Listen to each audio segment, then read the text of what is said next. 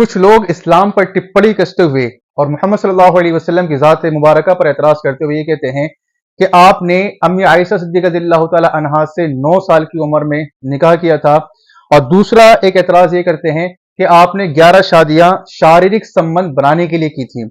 تو میں پہلے آپ کو بتا دوں کہ اکارڈنگ ٹو سائنس اگر ہم بات کریں تو سائنس یہ کہتی ہے کہ لڑکی کو جو بالغ ہوتی ہے، پیریڈز جو آتے ہیں اس کو 12 سال کی عمر میں آتے ہیں، لیکن کچھ لڑکیوں کو 12 سال سے پہلے یعنی 8 سال کی عمر میں بھی پیریڈز آنے اسٹارٹ ہو جاتے ہیں۔ تو جو لوگ اس بات پر اعتراض کرتے ہیں تو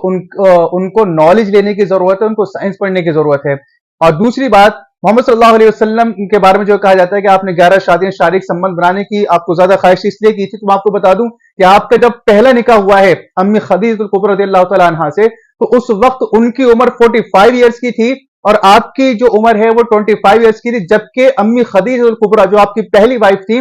وہ اس وقت ڈیورسڈ تھی، اور جتنی بھی باقی جو بیویاں رہی ہیں امی عائشہ کے علاوہ وہ ساری کی ساری ڈیورسڈ تھی اور آپ سے زیادہ عمر رکھنے والی تھی۔ تو شاریک سمبند بنانے کی اگر خواہش جس انسان کو ہو تو وہ بیوہ ڈیورسڈ عورتوں سے شادی نہیں کرتا ہے، اپنے سے زیادہ بڑی عمر والی عورتوں سے شادی نہیں کرتا ہے، بلکہ وہ کم سن عمر لڑکیوں سے شادی کرتا ہے۔ لیکن اس کے بعد بھی اگر آپ لوگ اعتراض کرتے ہیں تو پہلے آپ اس کا جواب دیں کہ والمیکی رامائن کے اندر لکھا ہوا ہے کہ سیتا جی کا جب وواہ شری رام جی سے ہوا تو اس وقت ان کی عمر جو ہے وہ 6 سال کی تھی۔ تو کیا جو باتیں آپ محمد صلی اللہ علیہ وسلم کے بارے میں کہتے ہیں تو کیا آپ سیتا جی کے بارے میں بھی یہ باتیں کہیں گے؟ اور دوسرا، شری کرشن جی کے بارے میں یہ ملتا ہے کہ ان کی 16,000 پتنیاں تھیں۔ تو اگر آپ محمد صلی اللہ علیہ وسلم کی ذات مبارکہ پر اعتراض کرتے ہیں تو وہ ساری باتیں جو آپ محمد صلی اللہ علیہ وسلم کے بارے میں بولتے ہیں وہ ساری کی ساری آپ کی طرف لوٹ کر کے آتی ہیں۔ اور میرا اس ویڈیو کو بنانے کا مقصد